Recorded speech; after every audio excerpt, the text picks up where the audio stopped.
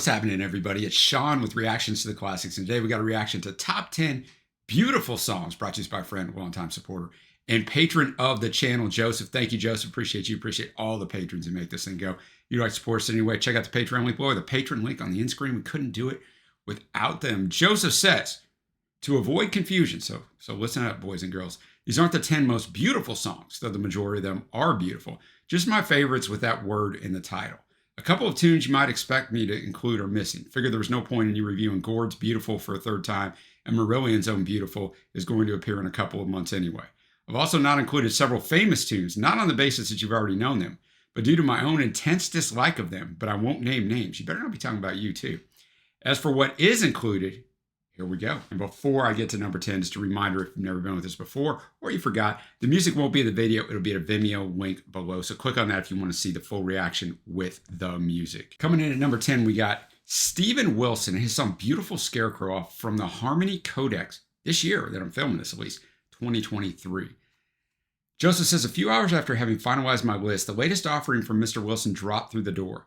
Too early to say where or even if it fits on this list, but felt we should start with it regardless. It also means he's one of two artists to appear twice here. In both cases, one solo and one group appearance. Little tease here. Of the album and this track, he said, quote, one of the album's main metaphors is of MC Escher's never-ending staircase. I love that image as a metaphor for existence. As you get older, you understand this life is about the journey, not the destination. Now, that is true. It's about savoring those unplanned moments that aren't part of your strategy. As a teenager, you have dreams, but they very rarely manifest themselves how you'd imagine. Boy, there's some wisdom being spouted here. Beautiful Scarecrow is about finding the beauty in the negative, in misfortune and fate. And that's really the secret to navigating this life, boys and girls. You got to be able to get through the hard times because there's going to be a lot of them. I know when you're young, you believe there isn't going to be. Oh, there is. But how do you react to them and how do you see yourself through them? That was all Sean there. That wasn't Steven Wilson. All right, I'm going to have the lyrics up as always. Thanks again, Joseph. Steven Wilson, Beautiful Scarecrow. A very interesting and intricate soundscape, right? The production on it. The lyrics I'm not going to go into. I mean, it's just basically talking about, going through bad things. Pull up my legs, pull up my wings, you beautiful scarecrow. You pull the strings. You're deep in blank, you're deep in debt. You want all the things you can never get. Yeah, I mean, that's kind of what this life is if you allow it to be that way, right? Everybody dangles things in front of you, whether it's friends, colleagues, people you know, or television, your phone advertises or whatever that you can't have. So, if you get tied up on that, you're going to live a miserable life. But thought it was really well done. It's one of those I think you got to listen to several times to catch all the nuances of it. Next up, we got Declan McKenna and his song Beautiful Faces from the Zeros album in 2020. His second album, Joseph says, his third is due in February, was one of my musical treats of the strangest year most of us have encountered in our lifetime so far. Yeah.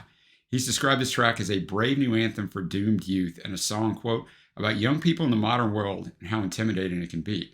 How scary it is to see so much and feel as though you're doing so little. All right, I know some Declan, and I don't know this song, but always enjoying. All right, Beautiful Faces. Declan McKenna, very, very catchy. And he kind of just plays out what he talked about. I mean, where he wants to go to be seen, and then of course, beautiful faces smiling over us. Lift your hands up and lead us back home. Beautiful people won't remember anything about social media. You interact with the quote social media celebrity. If they interact with you back, they're not going to remember it, but you might remember it forever. One of those things of all the false relationships we have nowadays. Next up at number 8, we got Bob Catley, A Beautiful Night for Love from the Legends album in 1999. Joseph says Bob was busier than ever during Magnum's hiatus. 1999 alone saw him release the second of Hard Rain's 2 albums, play The Boy in Clive Nolan and Oliver Wakeman's prog rock opera version of Jabberwocky, and put out his second solo album. Written and produced by Ten's Gary Hughes, each track for the Legends album was inspired by a different myth, literary work, or 20th century cultural icon. Wuthering Heights is a source for this particular track. I don't know the novel at all, but I'm assuming this is from Heathcliff's point of view, so it isn't directly competing with a rather more famous song inspired by the same work. All right, let's go. Bob Catley, A Beautiful Night for Love. Look, I don't know a lot of Magnum stuff, but Joseph's brought some. There's some up on the channel. I always enjoy the sound, and I mean, even though this isn't Magnum, same thing, right? Got the keys in there and just the soaring choruses. I think Bob sounds really good. I mean, the song itself, it's basically time's going quick. Let's enjoy the moment. Let's love each other now. I mean, that's, in this beautiful night. That's a real brief summation. And, but yeah, Thought that was good, and so far properly ranked because it's my favorite song on here so far. But we're only 3 songs through. You see it up next, number 7, Stevie Nicks, All the Beautiful Worlds from the 24 Karat Gold Songs from the Vault in 2014. For her 8th solo album, Joseph said, Stevie went back to older, unfinished, or unreleased songs and made or remade them into a cohesive new set of songs. This one's originally demoed ahead of sessions for her Wild Heart album all the way back in 1983. Highlights the backing vocals of her longtime backup singers, Sharon Cellini, and Stevie's sister-in-law, Lori Nicks. All the Beautiful World, Stevie Nicks. Nice backing vocals there. Not exactly my favorite sound, I'm not going to lie, right? It's a good song. It's catchy. I was singing along to it. Stevie's not my favorite Fleetwood Mac member, but I think she's great, right? But I don't think she's any better than she is in Fleetwood Mac. And the first 2 albums she was on, the self-titled and 75, their second self-titled album, but and then Rumors, of course. But, a good tune. And it's about basically this guy's with somebody else, and she's telling him, I can't believe you did this, and don't give it to her. It should be mine. Next up at number 6, we got Porcupine Tree, the song The Start of Something Beautiful from the album Dead Wing in 2005, which is a tremendous album, I will tell you. So I've heard this song once, I don't remember it. This track originated in a piece demoed by drummer Gavin Harrison. Stephen Wilson for number 10 track, later jammed along on bass, and the song developed from there. Keyboardist Richard Barberi described the end result as, quote, one of my favorites, explores the band's love of unconventional time signatures. It has a groove bass line, a contemporary feel, and it washes into a beautiful textual finish line. Classic Porcupine Tree. All right, Porcupine Tree, the start of something beautiful. Obviously, the bass work and the drumming were phenomenal on this, as I expect from Porcupine Tree. The story is just basically, he likes this girl a lot more than she likes him, and so he sarcastically says the start of something beautiful in the song itself. But been there before. I think most of us have been there before where the other person we're involved with. There's stronger feelings, usually one way or the other, right? It's hardly ever 50-50. So if you're on the other end where it's not as strong, it's never a good feeling, but great soundscape, as always, great production. All right, now we reach the top 5. Number 5, Paul Simon, So Beautiful, or So What, from the album of the same name in 2011. Joseph says, part of Paul's late career renaissance that began with 2006's Surprise album. This 2011 follow-up saw him re-team with producer Phil Ramone for the first time in 3 decades. Asked what Ramone's role was in the process, he explained, quote, he's a facilitator for what I want, and more than that, he's somebody whose opinion I trust. So I don't have to be an editor of my work constantly. I can throw out ideas, and if he says, that one's the best, I don't have to say, well, can you play them all back so I can check and listen? Same with vocals. Of the song itself, Paul has said of the verse about Martin Luther King, I thought that the song was a little bit unfocused until that came about. The song isn't about him, okay, but he's the embodiment of that choice. So beautiful, so what?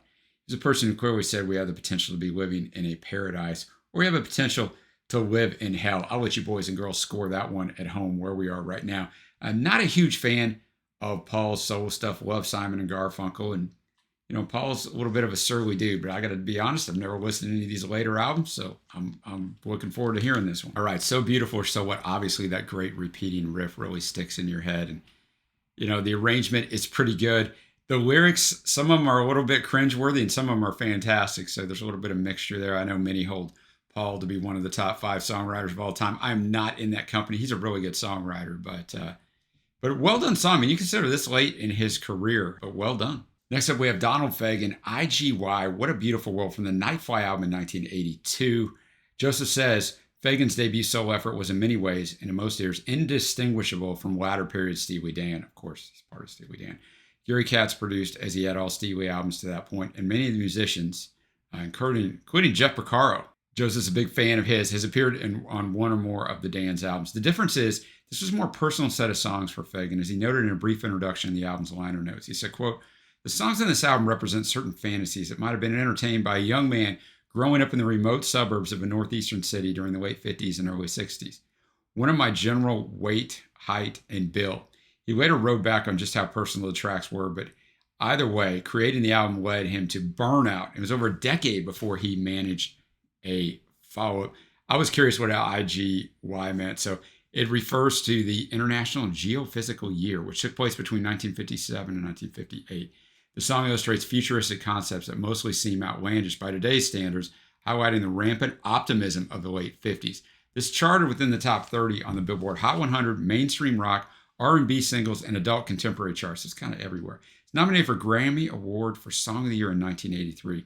losing to Always on My Mind. And now that song is in your head. All right, IGY.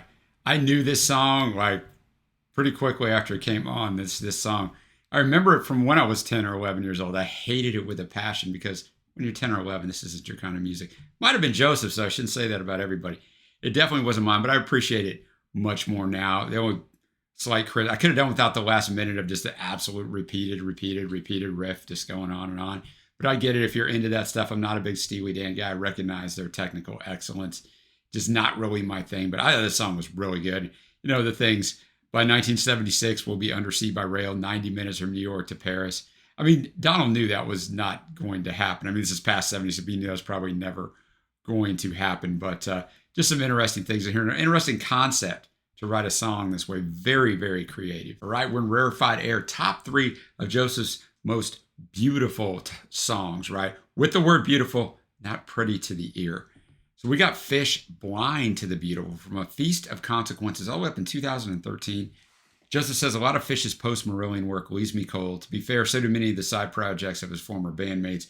This album is him at his best, and here he offers a more tender approach to writing about climate change than the several those other lot have given us over the years. Blind to the Beautiful. What a song, right? The songwriting is phenomenal. I could read you the whole song.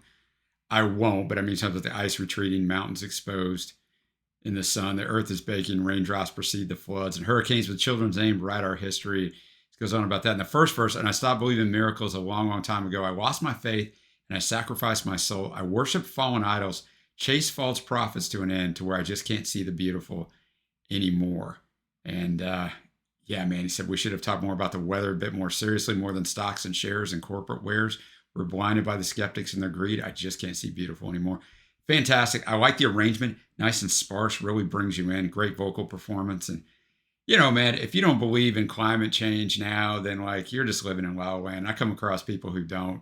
That's fine, man. If you're watching it and you don't, this just offended you. Probably not the place for you, but fantastic song at number 3. All right, at number 2, we got R.E.M. At My Most Beautiful from the Up album in 1998. Joseph says, not the only track on this list to have its own wiki entry, but the only one that I don't have anything to add to said entry, except to say that Up is both an overlong but underrated effort. Trim a few songs, including the awful opener, and there's a classics to be found in there.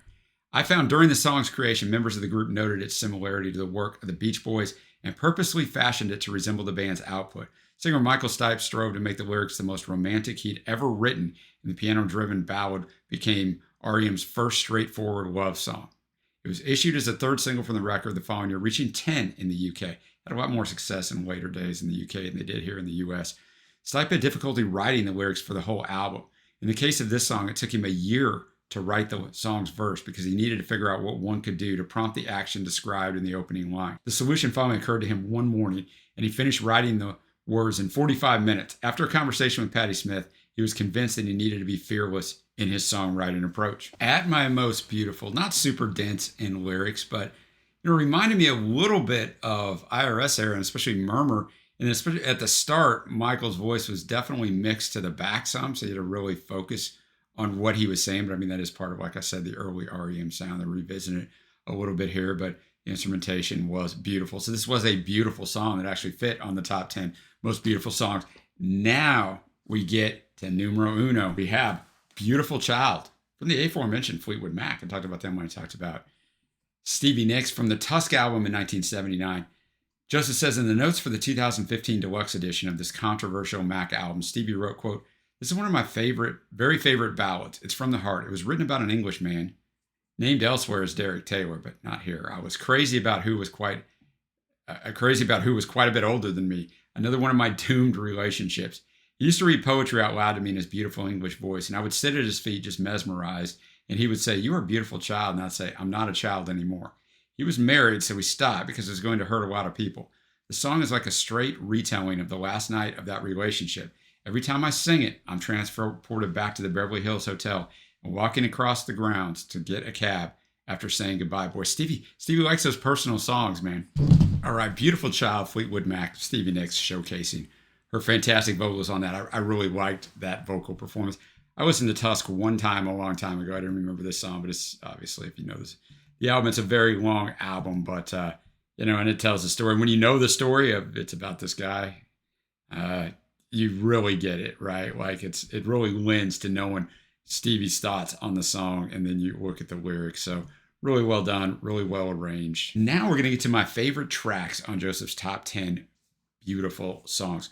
Honorable mention: Bob Catley, "A Beautiful Night," for Love. Also, Porcupine Tree, the start of something beautiful. And we'll go R.E.M. "At My Most Beautiful." Faves: Donald Fagen, "IGY," maybe just because I know that song so much. Fish, "Blind to the Beautiful," and Fleetwood Mac, "Beautiful Child." So a really good list that Joseph put together. There's a ton of beautiful songs. Let me know what you think of this list. What were your favorites off of? But what other beautiful songs would you recommend or include on a beautiful songs list? Like I said, there is a ton of them. There's a ton of well-known ones, but when you put these lists together, you got to get to 10, and you got to get to your 10. It's not about the best 10. It's about your best 10. It's a big difference there. All right, guys. Thanks for watching. Until next time, I will see you.